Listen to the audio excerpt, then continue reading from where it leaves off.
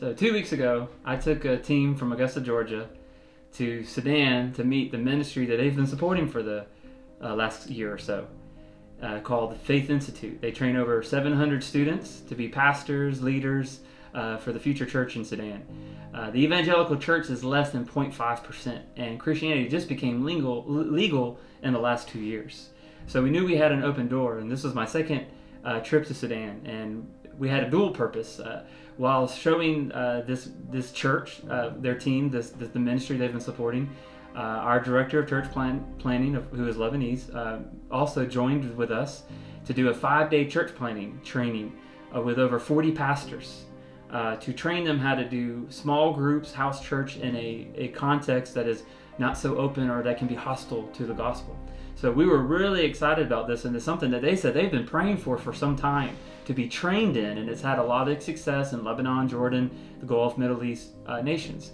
So Sudan, which is an Arabic-speaking nation, had been praying for such a type of movement, and it does really well in this type of context where it's hard to have above-ground churches. So we came to do this training. Well, we arrive early Saturday morning, 2 a.m., get to our hotel. Our local contact picked us up, we had breakfast, we got our passports, and we left, and we would not come back to that hotel with all our stuff left there, everything. All we had was the clothes on our back and a small little bag with a few items in it. And we went to the church to preach, the first thing that we had on our itinerary. And I preached from Matthew 16 about how the church of Christ will expand, the gates of hell will not stop it, and that he who loses his life will save it, but he who saves his life will lose it. And one of our other contacts who went with me also preached about uncertainty and how to counsel people and bear with people who are going through uncertain situations. Well, again, we did not realize how much we were going to have to practice what we preached, because right as we were doing these sessions, the war had started. We're following breaking news in Sudan, where fighting has erupted between a paramilitary force and the country's army. There's been gunfire and explosions in Sudan's capital, Khartoum. As the local pastor took us to his family home, where his mom and his sisters and younger brother stayed, and they opened their home to us. Never had met us, didn't know who we were. 5 strangers, because we had our local contact with us, and they housed us. They opened their home to us, and it was a miracle. They began to feed us. They began to take care of us, share their home with us. We began to rearrange their furniture so we could have sleeping arrangements. And it just blew my mind, the hospitality that they had for us. We didn't realize at first, though, the magnitude of the situation. We thought this was going to be over 72 hours. We thought the army would handle the situation. We thought they were going to come to an agreement because we thought they had come to an agreement. We were very confused by what was happening. But as day passed, I think the 3rd day is when it began to hit us as we began to realize kidnapping was a real threat. We had to be careful about speaking English in the courtyard because we are in an area that, three Americans could bring potential of a lot of resources to this military group. So we had to be very careful. Start hiding in the house a little bit more. Neighbors started becoming suspicious. Neighbors started coming over, asking, who are these people? So our intelligent advisor to my board started giving us counsel, started mapping out the house, create potential exfils, map the streets next to you, have a second safe house, that if something happens, you have a second way to get out, and you have a meeting place. So we started to realize we might be here a while, and it really began to hit me that when the United States Embassy had begun to send us emails that they were not going to evacuate us, and there was some potential talk of getting us to a shelter down south, that we could potentially be here months. And when the team began to realize that, the team began to lose hope, and I saw it on their faces. We all had their moments. Luckily, one of us was always strong for the team at one point, but there were moments where we began to lose it. Some people were wondering we were going to make it. Our Lebanese contact, not being American, he didn't have much hope of evacuation. And it began to weigh on him that he could very well be separated from us. By the 7th day, there came an open door to go to a UNICEF shelter. And so it took us a while to find a local driver, somebody willing enough to take us. And we were like, we'll pay whatever we want to, but they finally found somebody that was just willing to take us. And they took us to the UNICEF, which was about 30 miles, but took about 45 minutes because we had to go very slow. And there were times where we ran into military.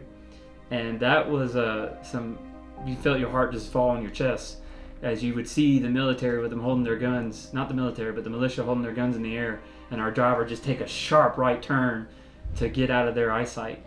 And eventually did, after a very stressful car ride, made it to the UNICEF shelter, where we ended up staying 24 hours, just sleeping on the floor, waiting, wondering if we were going to have a place on the bus on this convoy, because we weren't UNICEF, that we weren't a registered UN NGO. And the guy kept going back and forth whether we had a place or not. So the nerves of that, the stress of that. I remember I told my team, I think we should probably stay awake during this time. And in 5 minutes, I had fell asleep on the mat on the floor, and my team took a picture of that. But the stress, I was finding myself just falling asleep in mid-sentence because we weren't getting good night's sleeps. And I would just fall asleep while talking to someone. We were that exhausted as a team at this point. And that was just starting our journey, because 24 hours at the UNICEF shelter, but thank God made a way. There is this other NGO called Plan International, and they had 4 seats left on their 15-passenger van, and they welcomed us on their van, because we did not have a place on the big bus. So we're talking over 20 buses with over 15 minibuses, and we had a spot on one of these minibuses. And come to find out that this ministry, they were an NGO, non-government organization, but they were believers. So right then and there was the third miracle. God just wow, he had these people prepared for us, because we didn't have any local money. We didn't have enough water. We didn't have enough food. They shared their water with us. They shared their local money with us. They shared their bread with us. And we ate very little on those next 3 days. We ate beef jerky and we ate bread provided by that local team. And we got water at the stops from the money that they provided. And they were believers, and we were just encourage each other from Zambia, from Ethiopia, and we just talked about the Lord. It took us 33 hours in this van. It took us 6 hours alone to refuel the entire convoy.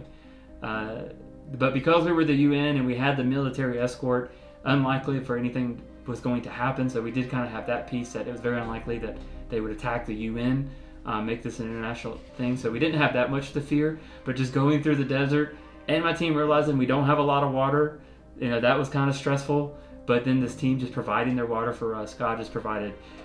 We felt like the people of Israel leaving Egypt in the Exodus, going to the Red Sea. we're having our own Exodus experience, wandering through the wilderness with no water or no food. But God, like he brought quail, brought beef jerky, and brought bread, and kept us alive. Finally make up to Port Sudan, and Port Sudan was probably the hardest day. We thought when we got to Port Sudan that was going to be our fun day. We thought we're out of Khartoum, we're out of the war, but that actually ended up being our hardest day. The team at this point is exhausted. We haven't been in a bed for 3 days. We've just been sleeping in the car, sleeping in that shelter of the UN shelter. We hadn't been in a bed for 3 days. We haven't had a decent meal in 3 days. And so the team was really exhausted at this point. We get to Port Sudan, and we thought there had been tickets bought for us to take a ferry, but we get there and realize there was some miscommunication, things happened, we're not sure what happened, there was no tickets.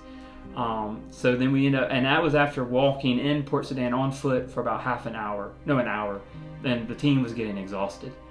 And I'm trying to encourage the team and trying to keep their spirits uplifted, but that really wasn't going really well. So I learned I just needed to be quiet at those moments.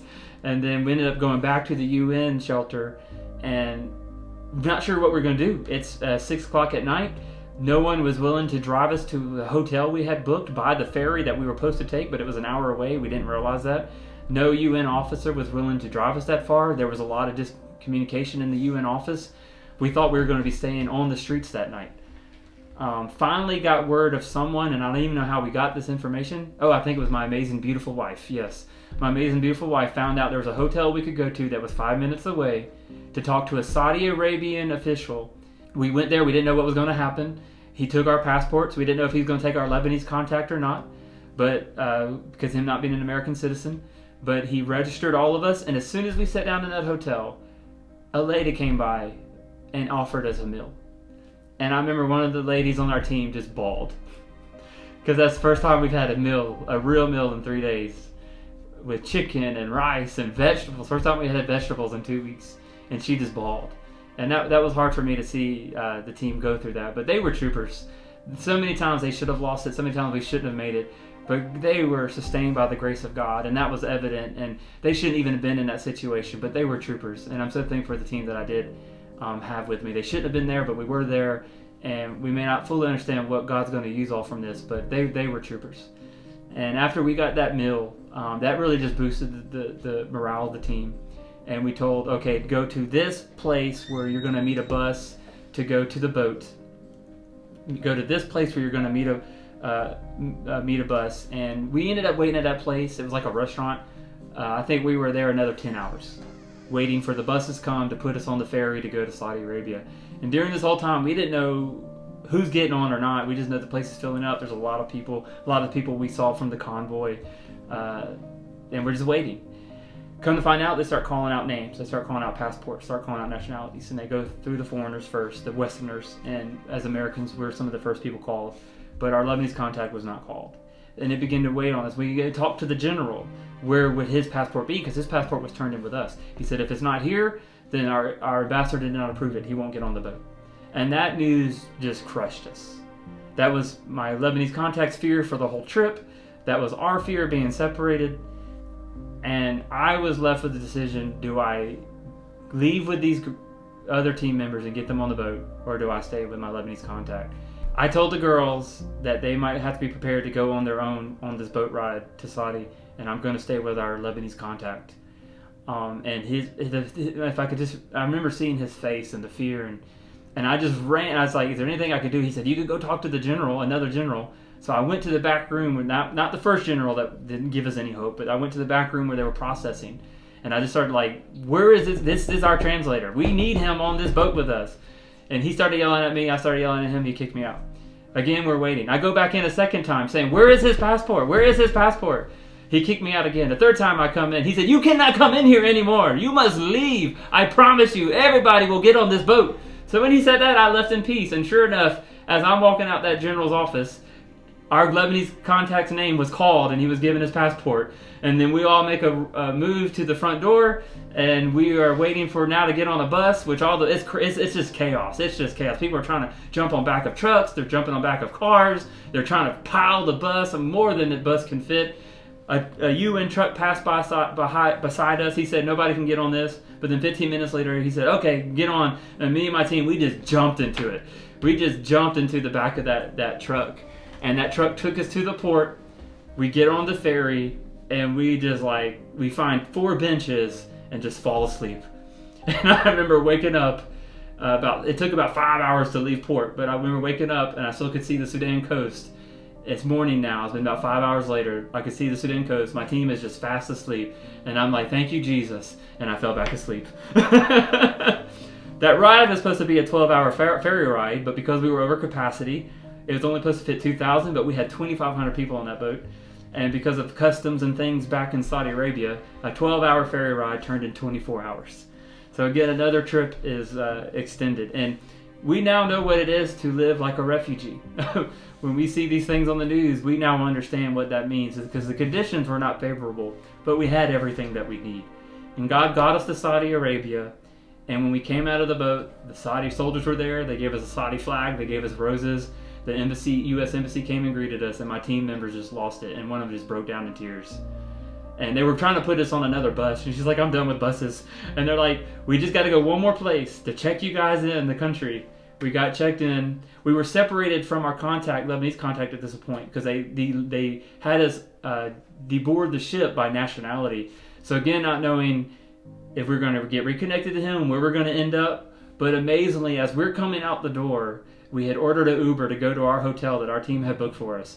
Our Lebanese contact saw us from the buses that he was still waiting on to go to the hotels that they were going to put him in. Comes running to us, hugs us, and just gets in the car. Can I go with you? I was like, of course you can go with us. Get in the car. And believe it or not, our team had booked a flight for him. We get to the hotel. He takes a shower. A friend of ours had flown from Saudi Arabia, drove him to the airport, and they flew out together back. He flew back to Beirut. Where me and my team was able to rest a little bit more in Saudi Arabia before we would board a flight that night and then fly to Doha, then fly to Atlanta. And when we landed in Atlanta, Georgia, we wanted to kiss the ground. But my friend said, don't do that because that'd be awful that a pastor survives Sudan but dies from kissing Flora in airport. So we didn't do that, but I did kiss my wife. I was so happy to see her after 2 weeks. When you serve the Lord, you do take risks. It was bound to happen. Being in a ministry that has served in the Middle East for 15 years, it was a bound to happen event like this happened. But that's what Matthew 16 means, is that he who's going to seek my kingdom must give up his life, must take up his cross. That if you're going to lose your life, then you're truly going to find it. And I now truly know what that means now. Knowing that I did not know if I was going to see my kids again. I wasn't knowing if I was going to see my wife again. And that was the hardest thing. Like, Lord, is I know I'm prepared, but my kids need me. And I need more time with them. And one of our team members actually had just lost a family member during the COVID pandemic. And she said the only thing she wished she had was more time. And that crushed my soul because I was like, Lord, I just want more time with my kids. I have a 7-year-old, a 5-year-old, a 3-year-old, and a 2-year-old. I want more time with my wife. But if you call me home, if that's what you want, your will be done. And I do love you more than I love my family and my children. And that was said with much tears. But I had to go through this. I had to go through this experience. And I'm thankful that the Lord did not leave me there. He did not leave David in Psalms 30, I read during that week, that he did not leave my soul in Sheol. Though I felt very near to death and thought death was around the corner, God rescued us and he brought us home and he's given us more time. And I pray, I do as the New Testament says, that I redeem the time that he's given me and that I'm continue to be a faithful servant of his. And I'm thankful that the team and all that they went through and that they did not lose faith when they so easily could have. I'm so thankful for the team that I had, and we bonded during this because we went through a trauma together. But I'm so thankful that God got us out.